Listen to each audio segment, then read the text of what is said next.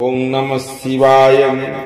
मंदराचल गौरी देवींकर स्वागत स्वयं महादेव देवींकर ओ निजर उत्कृष्ट स्वरूप तथा पारस्परिक अविच्छेद्य संबंध उपरे आलोकपात करिबा परे देवींक संगरे आसीथिबा व्याघ्र को निजर गणाध्यक्ष करी अंतपुरे द्वार देश सोमनंदा नाम प्रतिष्ठित करिबा प्रसंग। ऋषि माने पचारिले निज शरीर को दिव्य गौरवर्ण करिबा परे गिरिराज कुमारी देवी पार्वती मंदराचल प्रवेश करी स्वामी संगे किपरि मिलित हेले। प्रवेश काल रे तांक द्वार देश रे थिबा गणेश्वर माने कौन कले एवं महादेव तांको देखि तांक संगे किपरि व्यवहार कले। वायुदेव कहिले जो प्रेममय रस द्वारा अनुरागी पुरुषर चित्त हरण हो जाए से भली परम रस को यथार्थ रूपे वर्णना करने असंभव। द्वारपाल अति उत्सुक होई देवींकर बाट चाहि बसिथिले। महादेव मध्य तांका आगमन पाई उत्सुक थिले।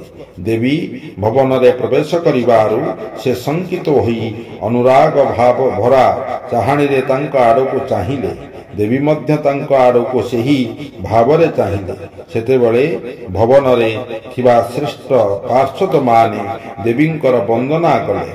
तापरे देवी विनययुक्त बाणी कही भगवान त्रिलोचन को प्रणाम कले। से प्रणाम करी उठू उठू परमेश्वर आनंद रे तांको दुई हाथ रे उठाई आलिंगन कले। तापरे स्मित हास पूर्वक एक लय रे तांको मुखचंद्रर सुधापान करिबा को लागिले। यहाँ पर से प्रथमे निज तरफर कथा आरंभ कले। देवादिदेव महादेव कहिले, हे सर्वांग सुंदरी प्रिय, तुमे तुमर मनोरथ कौन दूर हो गला? सेतेबेले तुमर क्रोध देखि तुमको अनुनय विनय करिबार कौनसी उपाय मते दिसिला नाही। यदि साधारण लोकंक परि आम दुहिंकर भितरे परस्पर को अप्रिय लागिबा भली कारण विद्यमान रहिबो तेबे तो ये सचराचर जगत नष्ट होई गला बोली जाने। मु अग्निर मस्तकरे स्थित आउ तुमे सोम मस्तकरे। आम दुहिंकर हेतु ये अग्नि सोमात्मक जगत प्रतिष्ठित। जगतर हित पाई स्वेच्छारे शरीर धारण करी विचरण करुथिबा आम दुहिंकर वियोगरे ये जगत निराधार होइजिबो। एथिरे शस्त्रा निर्दिष्ट जुक्ति जुक्त अन्य एक कारण मध्य अछि। ये स्थावर जंगम रूप जगत वाणी और अर्थमय अटे। तुम्हें साक्षात वाणीमय अमृत एवं मु अर्थमय परम उत्तम अमृत। ये दुईटी अमृत कौन परस्पर ठार पृथक होई पारिबो? तुम्हें मोर परस्पर को बोध करा जाइथिबा विद्या अट एवं मु तुम प्रदत्त विश्व संपन्न बोध द्वारा ज्ञातव्य परमात्मा अटे। आमे दुहि यथाक्रमे विद्यात्मा और विद्यात्मा वेदात्मा। तेबे आम दुहिंकर वियोग हेबा कौन संभव? मु मोर प्रयत्न रे जगतर सृष्टि संहार करे नाही। एकमात्र आज्ञा द्वारा ही समस्तंकर सृष्टि संहार हुए। आउ सेही परम गौरवपूर्ण आज्ञा तुम्हें अट। ऐश्वर्य एकमात्र सार आज्ञा शासन, कारण ताहा ही स्वतंत्रतार लक्षण। आज्ञार वियुक्त हेबा परे मोर ऐश्वर्य आउ कौन रहिबो? आम परस्पर ठारू वियुक्त होई रहिबा कदापि संभव नुहे। देवतांकर कार्य सिद्धि उद्देश्य ही मु से दिन लीला पूर्वक व्यंग वचन कही। तुमको भी तो ये कथा अज्ञात नथिला। पुणी तुम्हें कुपित कहीं होईगल। सुतरां यह मानिबा को पड़िबो जे तुम्हें मो उपरे जो क्रोध कल ताहा भी त्रिलोकर रक्षा निमंते अभिप्रेत थिला।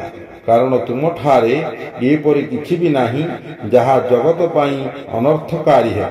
परमेश्वर शिवंकर प्रति श्रृंगार रसर सारभूत भावर अकृत्रिम जन्मभूमि देवी पार्वती स्वामींकर से मधुर मनोहर कथा को सत्य मणिले एवं स्मित हास करी नीरव रहिले। लज्जार किछि उत्तर दे पारिले नाही। କେବଳ କୌଶିକୀଙ୍କର ଯଶ ବର୍ଣ୍ଣନା ଛଡ଼ା ଅନ୍ୟ କୌଣସି କଥା କହିଲେ ନାହିଁ। କୌଶିକୀଙ୍କର ବିଷୟରେ ଦେବୀ ଯାହା କିଛି କହିଲେ ତାହା ମୁଁ ବର୍ଣ୍ଣନା କରୁଅଛି। ଦେବୀ କହିଲେ, ସ୍ୱାମୀ, ମୁଁ ଯେଉଁ କୌଶିକକୁ ସୃଷ୍ଟି କରିଛି ଆପଣ ତାକୁ ଦେଖି ନାହାନ୍ତି କି? ସେପରି କନ୍ୟା ଇଏ ଜଗତରେ କେହି ନଥିଲେ କି କେହି ହେବ ନାହିଁ। ଏହା କହି ଦେବୀ କୌଶିକଙ୍କର ବିନ୍ଧ୍ୟ ପର୍ବତରେ ନିବାସ ତଥା ରଣାଙ୍ଗନରେ ଶୁମ୍ଭ ନିଶୁମ୍ଭକୁ ବଦ୍ଧ କରି ସେମାନଙ୍କର ଉପରେ ବିଜୟିନୀ ହେବାର ପ୍ରସଙ୍ଗ କହି ତାଙ୍କ ବଳ ପରାକ୍ରମ ପରିଚୟ ଦେଲେ। ପୁଣି ଏକଥା ମଧ୍ୟ କହିଲେ ଯେ କୌଶିକୀ ତାଙ୍କର ଉପାସକକୁ ସଦା ପ୍ରତ୍ୟକ୍ଷ ଫଳ ପ୍ରଦାନ କରନ୍ତି ଏବଂ ନିରନ୍ତର ଜଗତକୁ ରକ୍ଷା କରିଥାନ୍ତି। ଏ ବିଷୟରେ ବ୍ରହ୍ମା ଆପଣଙ୍କୁ ଅନ୍ୟାନ୍ୟ ଆବଶ୍ୟକ କଥା କହିବେ। ଏହିପରି କଥାବାର୍ତ୍ତା ଚାଲୁଥିବା ବେଳେ ଦେବୀଙ୍କର ଆଜ୍ଞାରେ ଜଣେ ସଖୀ ବ୍ୟାଘ୍ରକୁ ଆଣି ତାଙ୍କ ସମ୍ମୁଖରେ ଛିଡ଼ା କରାଇଦେଲା। ତାହାକୁ ଦେଖି ଦେବୀ କହିଲେ, ସ୍ୱାମୀ, ଏହି ବ୍ୟାଘ୍ରଟିକୁ ମୁଁ ଆପଣଙ୍କୁ ଭେଟି ସ୍ୱରୂପ ପ୍ରଦାନ କରୁଅଛି। ଏହାକୁ ଆପଣ ରଖନ୍ତୁ। ଏହାପରି ମୋର ଉପାସକ ଆଉ କେହି ନାହିଁ। ଇଏ ତପୋବନରେ ଦୁଷ୍ଟ ଜନ୍ତୁଙ୍କ ଠାରୁ ମୋତେ ରକ୍ଷା କରିଛି। ଇଏ ମୋର ବହୁତ ବଡ଼ ଭକ୍ତ ଏବଂ ମୋର ରକ୍ଷଣ କାର୍ଯ୍ୟ କରି ମୋର ବିଶ୍ୱାସ ପାତ୍ର ହୋଇଯାଇଛି। ମୋ ଖୁସି ପାଇଁ ଇଏ ନିଜ ସ୍ଥାନ ଛାଡ଼ି ଏଠାକୁ ଆସିଛି।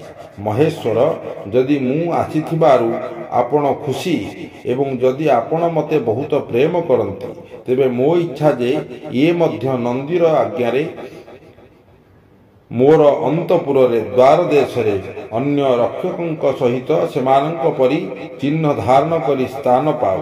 ବାୟୁଦେବ କହୁଛନ୍ତି, ଦେବୀଙ୍କର ଏହି ମଧୁର ତଥା ପରିଣାମରେ ପ୍ରୀତିବର୍ଦ୍ଧନକାରୀ ଶୁଭ ବଚନ ଶୁଣି ମହାଦେବ କହିଲେ, ମୁଁ ଏଥିରେ ବହୁତ ପ୍ରସନ୍ନ।